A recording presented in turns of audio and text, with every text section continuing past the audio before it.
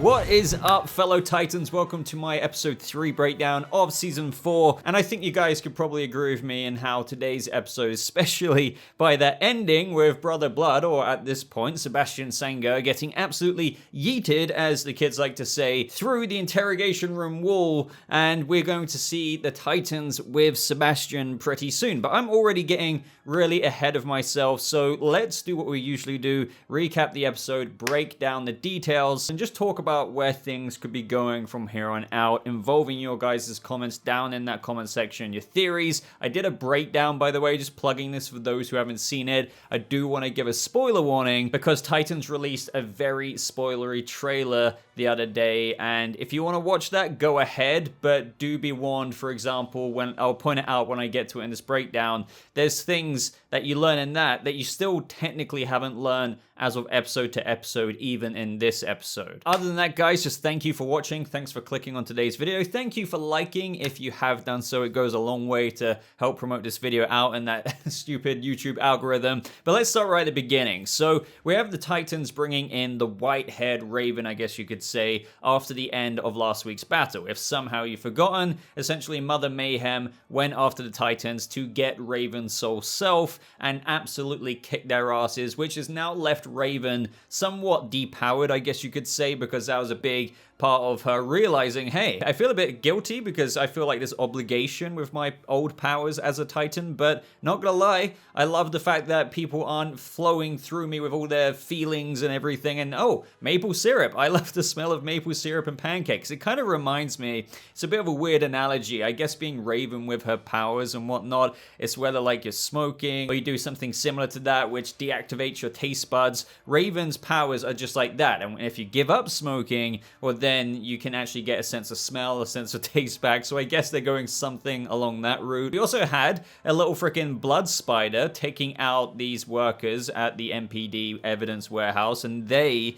were taking the blood from the slaughterhouse. If you guys remember, the Titans went in there last episode and they saved a couple of people, but all the blood that they were taking from those people was taken. So we have this new character pop up, which again, if you saw that trailer breakdown I did, you'll know whereabouts this character ends up, and that's what I mean about that trailer breakdown. There was a few unnecessary things shown there, but either way, we get her introduced. You don't know her name yet, I'm pretty sure, but she turns into a little blood spider and kills them and essentially gets the blood back, and I'll give you a few guesses as to why they want blood. It probably has something to do with that little pit in the middle of the Temple of Azarath. Mother Mayhem's like, well, you know, thanks for getting it back, but we have something far more valuable. The heretic is without her power, never hers to begin with, had no right. Not sure why the other character, I'm refraining from saying her name because you guys don't know it yet. Not that it's a huge deal, but, you know, I'm very sensitive about spoilers for those who don't want anything. She says, you shouldn't have brought it here, and I was just thinking, why not? Like, aren't you all about Trigon? And this is, you know, something to do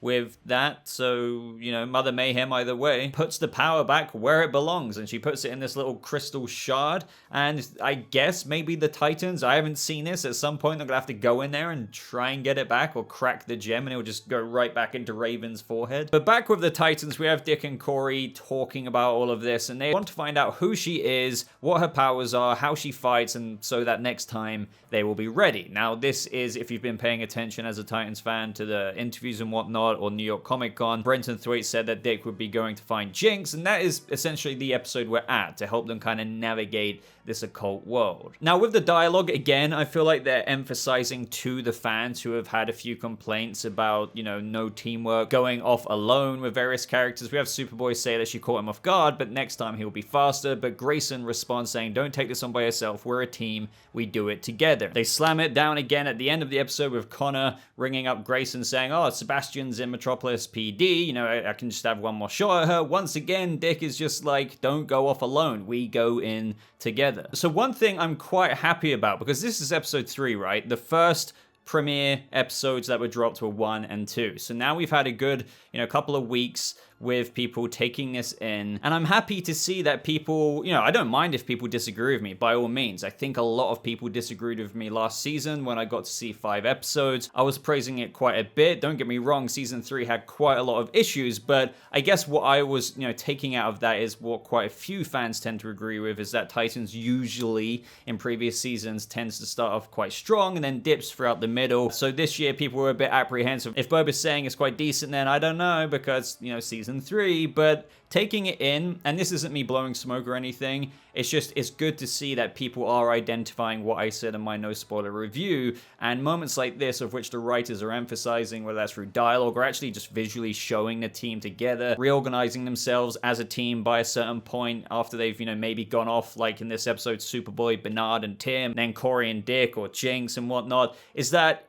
one of the biggest things that you wanted fixed is, I guess, seemingly so far from episode 3 and from what I've seen up until episode 5, I would say it's been amended. So this is where we have Dick and Corey go to that prison. I'm kind of interested to see how Dick got in there without being like, hey, you escaped from a prison? We're gonna arrest you. One of the biggest plot holes, as some people say, in the whole of Titans is Dick escaping from prison and then liaising with police in Gotham and whatnot. I'm guessing it had something to do with Bruce Wayne, but that's a fault of previous seasons. No need to really bring it up now. By the way, Jinx takes a shoe off and teleports away. Now, if you couldn't tell already, it's very, very obvious. I'm sure some people might find this a bit of cheesy dialogue, that Dick and Jinx have quite a bit of history and, teased by Jinx with, references to positions and whatnot. Some people may find that cheesy. I do get that. Even I do to an extent. But I do acknowledge that some characters, whether that's in comics or even real life, are actually that direct and that forward. Especially if you've had some semblance of a relationship in the past. So,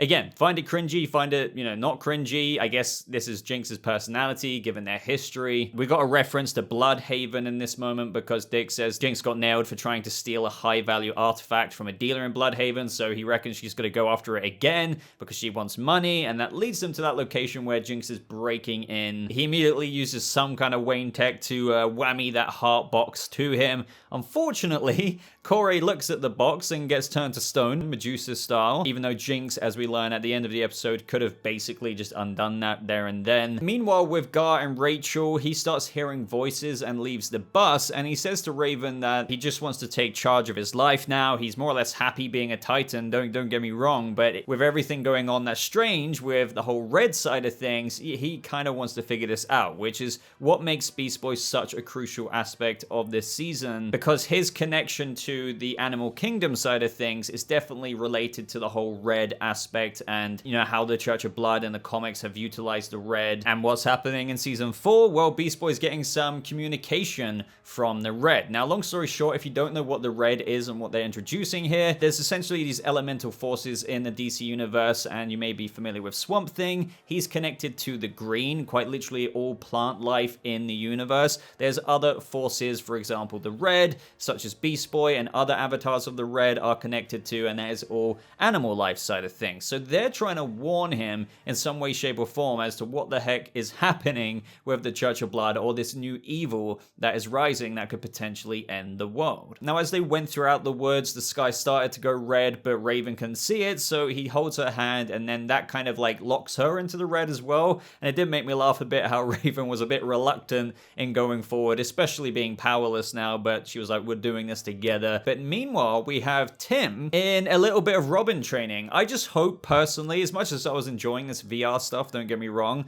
that we do get Nightwing training Robin, as in actually training Robin. I think some people are going to be a bit iffy in of itself that the new Robin, Tim Drake, compared to that of the comics in this adaptation, isn't even going to be trained by Batman. It's going to be Nightwing, but even with what we're seeing right now, it's not even Nightwing, it's Bernard at Star Labs, and Superboy standing there as a bit of a punching bag, or should I say a metal post, because any, bow staff swings that Tim sends his way, it doesn't even remotely phase him. But again, what I like here, even though this episode was a bit more broken up in terms of, people going off and doing their own things, it's still a part of this larger collaborative effort, of course, but we're still seeing Titans characters very much so hanging out with the Titans characters. It's still like one big Titans family, even if the episode does stray off with certain characters going down their own avenues, but the avenues still converge at a certain point. They're not like diverging, to the point of previous seasons that some people didn't like, of where Hank and Dawn might just go somewhere like in Wyoming or wherever it was to a bar and start singing karaoke. I enjoyed that for what it was, but you know what I mean. But it was at this point in this episode is where we learn quite a big aspect to the plot or whatever the Church of Blood are up to, of where Bernard does this blood analysis in where he finds out that each victim has a genetic mutation that traces its origins back to an ancient Assyrian tribe known as the Kazus. The Kazus? Superboy was also trying to be quite helpful. This is what I mean, by the way, with even though we have separate scenes of separate characters this episode, they're all still working towards that main plot storyline. We have Superboy run some, algorithmic searches on these cult symbols that they found in a slaughterhouse. He's cross-referencing it with Discord posts, by the way. Join my Discord server, link in the description down below, to wherever, right? Just to see if there's some kind of result. And later on, Superboy got some results, and some successful ones at that, because he found a screen grab from a beta version of a video game that Sebastian Sanger uploaded online, and this makes sense because Sebastian has been making his own video game. It's just what's very interesting, even though he's not, in the Church of Blood or anything like that, in his video game, he has been using these symbols. So it's like somewhere in his subconscious, even though he's never experienced anything knowledge-wise with the Church of Blood, he's somehow come up with these symbols that are actually being used within the Church of Blood, perhaps, obviously foreshadowing his destiny. But after Bernard also looked up Sebastian, it turns out that he has the same, interestingly, same genetic mutation as the other victims. But this is when we cut to Sebastian and he's casting his foster mother's ashes on the outside of Metropolis, and he gets a call from the team who were basically taking the piss out of him at the end of last episode when they were like, oh, he's gone off to save the world. And they say, or the main guy says, hey, yeah, we want to buy a video game. But the scene cuts to Mother Mayhem, and it turns out it's just her impersonating him. So I feel really bad for Sebastian here because he really, as I've pointed out in my no spoiler review or these reviews so far, is a good guy at this point. Like, wherever he ends up, which I think we all know will be Brother Blood, we've seen the suit images after all, he didn't have to go that way. He really didn't. So everything is being orchestrated by May Bennett, aka Mother Mayhem, behind the scenes that leads Sebastian to the office building again. Is like, well, I've got you in my recent call history, and this is where his heart starts to get a little bit crushed because the guy is just like, what the hell are you doing here? And so we hear the chanting of Azarath, Metreon, and Zinthos, and the guy literally stabs his eyes out, which, they didn't shy away from. I don't think I can even show that on YouTube because of, the ad guidelines are insanely strict. But this year is really going out on gruesome. Not that this really affects me, but I know this would have made some people feel really funny. But as you can tell, Sebastian's journey is really being guided. He can't see who it's being guided by, but everything is orchestrated. We talked about how last episode where clearly May Bennett must have killed his foster mother, that she is somewhat curating this journey so he unfolds or gets into a place of turmoil and frustration and anguish to be ready to become Brother Blood, maybe strip away everything he has, so when he gets offered to actually bathe in the pit of blood, he will be ready to take that plunge. So here, hey, let's frame him for murder, get him in a place of where he's really frustrated, clearly he didn't do it, and I'll walk it in as Mother Mayhem and be like, hey,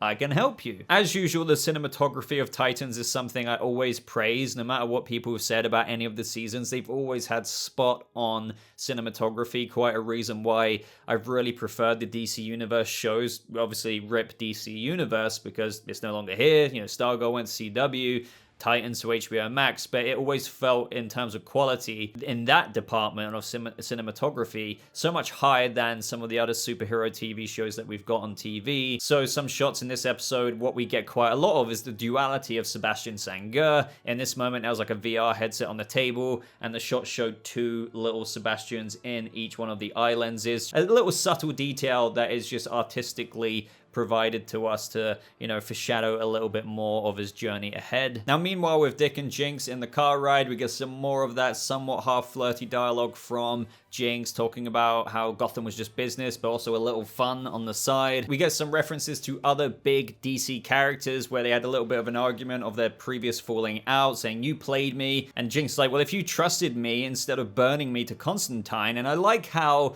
they make her say Constantine the actual way it's meant to be pronounced. announced. Just a little teaser here. We have other characters reference Constantine this season in that way of saying it, Constantine. But the magic user actually says it the correct way, Constantine. But also we found out that Jinx blew Dick's chance at getting Two-Face. So this is where they go to the club. And I remember when this was shooting, it's really trippy, you know, covering stuff on this channel, you know, productions along the way, and then getting to the point of where I'm at now, reviewing when you see it in the episode. It feels like stuff goes by within a click of a finger. I don't know if some of you remember me posting coverage of this scene, and we were thinking that maybe it's like a way of the Church of Blood posing to the public to get people to come in this abandoned church bar environment, and they were like recruiting people. Obviously not the case. Turned out to be a bar of like magic users and dark elves or whatever. And so this is where Dick goes to the elf Larone, and it's her heart that would turn Corey to stone, says, hey, you can have it back if you know, you turn Corey back from stone, and they end up in a little bit of a fight. I really enjoy this choreography, how swift Nightwing is. My only slight issue, my only little bit of an issue, some people may regard this as a nitpick, but I don't necessarily think it is. Since this is a place where clearly there are magic users, Jinx is familiar with the place, she is fairly powerful with magic, Larone here seems, or is meant to be powerful with magic. You know, I enjoyed the fight where the knives started floating and whatnot, and it all ended with Dick side kicking her head and stuff, but the next scene after that, towards the end of the episode, just showed Dick afterwards, you know, wiring Jinx that money and whatnot, and it didn't show how he got out of that situation. Like, we have to believe that obviously Larone says, well, you know, turns out your friend could have undone that spell this whole time, but we never saw that. But my bigger criticism here is that, would Dick Grayson really be let go in that moment? I know he bested her, maybe they respected that, but you would have thought that maybe her goons or henchmen or other magic users would have just levitated him up in the air and just gone. But instead, we don't really see how that situation diffuses and why he was allowed to walk around the back to where Jinx was like looting this treasure chest or whatever it was. Now, as for Jinx becoming more of a part of the team this season, well, it turns out that she has a death mark. So Jinx owes $5 million, and with that Bruce Wayne money, Dick essentially organizes a transfer that will activate in 7 days once, you know, Corey is freed and once she helps him out with the supernatural side of things. And she's probably like, well, yeah, sounds fair to me. You're just literally giving me $5 million. But let me know what you think overall of this first impression of Jinx, and how do you feel about her tagging along for, I guess, a series regular position potentially as a little bit of a consultant to the Titans team. Now, meanwhile with Corey in Stone, this is where we get her talking to her old mentor, Zadira. And, you know, I really like this, and this is what I was referring to, by the way, in my no spoilers review, and there are somewhat other instances of this per se, where they don't really explain how certain things work here. I guess it's just some intergalactic alien communication with their alien brains that allows this to happen. Again, it's kind of just glossed over. I know lots of people won't mind this, but I do wonder exactly how this works. They tease Dick being a part of her destiny, which is, I think you know what that's teasing at. Again, major spoilers are revealed in that trailer breakdown we went over the other day. Now with this, similar to Beast Boy right now, is fairly ambiguous, these little kind of dreamscapes that they're in. But these aren't even really dreamscapes. Just like, you know, for Beast Boy and Corey here, they're actually having some kind of connection to something else. It kind of ends just like, time to be the warrior I trained you to be, but there will be more clarity on what exactly the heck she means in episodes to come. But end of the episode now. Meanwhile, at the Metropolis Police Department, we have Sebastian waiting in the interrogation room. Mother Mayhem just walks right on through. I'm fine with how that works because she's a magic user, so she could probably just cast some weird thing that just makes nobody question why she's walking right into an interrogation room. And Sebastian's kind of a bit like bewildered as to who the heck this lady is, but at the same time, I'm guessing he's pretty desperate, and she tells him things that he wants to hear, obviously, and how she's going to take care of him. And he asks, you know, who are you? And for now, it's like, that doesn't matter. But again, that spoiler trailer the other day, and for those of you who see my breakdown, this is what I mean. Like, it's not revealed. It's not revealed at this point, yet they revealed that thing I'm talking about in the trailer. So yeah, I know I keep bringing it up, but it does kind of frustrate me that they gave things like that away, even if it was obvious to some. Do comment down below with spoiler tags, I suppose, if you know what I mean there. And that he is going to change the world, and do you want to do it now? And this is where she says to him to say the 3 words, Azorath, Metreon, and Zinthos, and he gets to the last word, and I like how Sebastian was kind of almost really indulging in this. It's almost like he intuitively knew whatever was about to happen, even if he didn't know what it was exactly. He was subscribing to it anyway, which again I think is a slight subtle foreshadowing of this kind of ambition and whatever it is that is kind of deeply darkly locked away in there, just somewhat coming out in that moment when the words are being spoken. And so Superboy bursts through the interrogation wall, and I have to say, this was a really cool shot by the way, I'm quite proud of Superboy, because he saw Mother Mayhem right there, and you saw him look at her, and he could have just like done something to her, right? She didn't have a staff there, and then he could have, I don't know, in theory, just gone up to her and gone...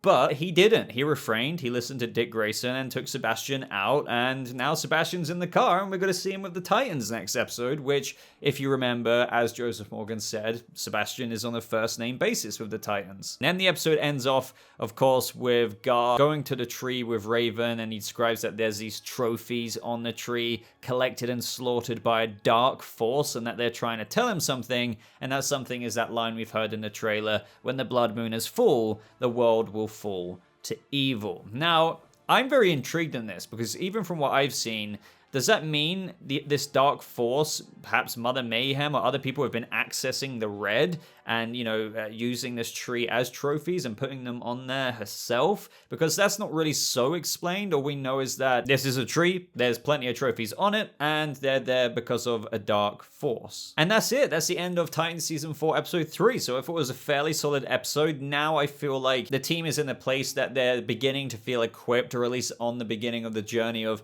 how to tackle Mother Mayhem and the Church of Blood, because that's what this whole episode was about, right? Dick going to find Jinx, trying to get help there, trying to navigate exactly what they're dealing with. We've learned significant things about the blood, genetic mutation, or whatever it is, and the victims that Sebastian has as well. Perhaps that will be a way to help unlock his power. Also, the cult images that is in his game before he even knew anything about the Church of Blood. Now we have Sebastian Sanger with the Titans, and let's just say that next episode is a pretty, I don't want to say like absolutely crazy, but it's definitely quite a bit more action and whatnot. And what I will also add is there is a lot of things that will be learned, a lot of context. So next episode will be giving you quite a bit of clarity with answers that you've been looking for, even with connections back to Season 1. So let me know what you guys thought of Episode 3 of Titans Season 4. What was your favorite moment? Do you have any theories? Do let me know them down in the comments below. I read every single comment. Do consider joining my Discord server, following me on Twitter. All of those links, Instagram as well, are always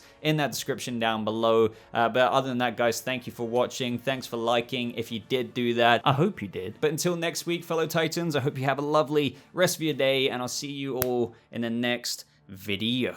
Goodbye.